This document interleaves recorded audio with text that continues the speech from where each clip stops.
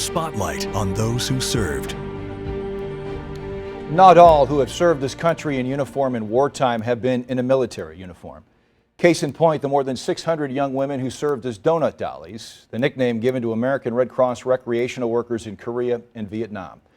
University City native Susan Dewitt spent 14 months in Vietnam during the North Vietnamese's dangerous Tet Offensive, helping fulfill the mission of bringing a touch of home to American troops in combat zones. By the summer of 1967, tens of thousands of U.S. troops had been killed in the Vietnam War, with thousands more wounded or missing in action.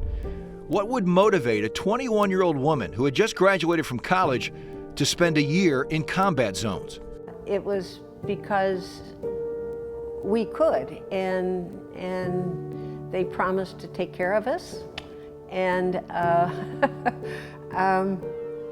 once I got there and I figured it out, I knew it was worthwhile. And the guys will tell you that, wow, when the Donut Dollies step out of the helicopter or the Jeep or the truck or off the tank or whatever in their powder blue uniforms, they knew it was going to be a good day.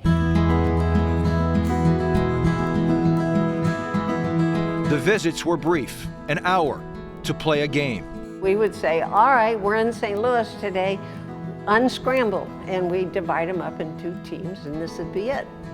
So, can you tell me what this is? Come on, they aren't playing today. That would be the Cardinals. That'd be the Cardinals.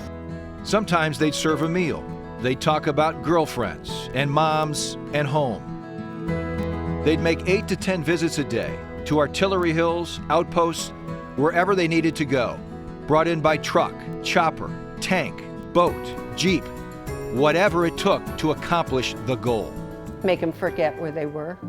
Make them forget they lost a buddy on the front line.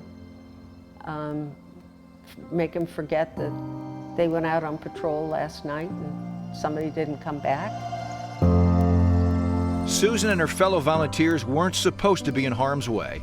Every precaution was taken to shield them from danger, but inevitably there were close calls, like the time a rocket exploded just outside her trailer while she slept. A memory still fresh more than 50 years later.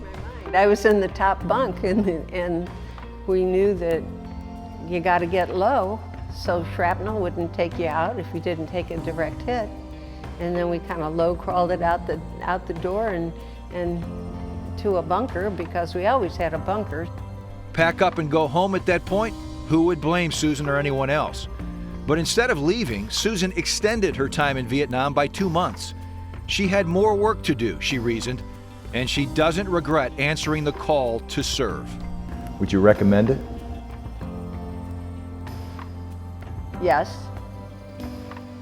For your own family? For your own daughter? No. And why is that? It was war.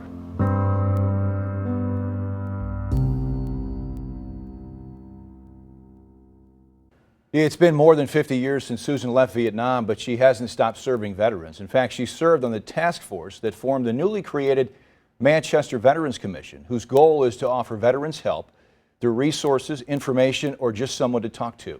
If you're a veteran or know one who might benefit, you can contact the City of Manchester.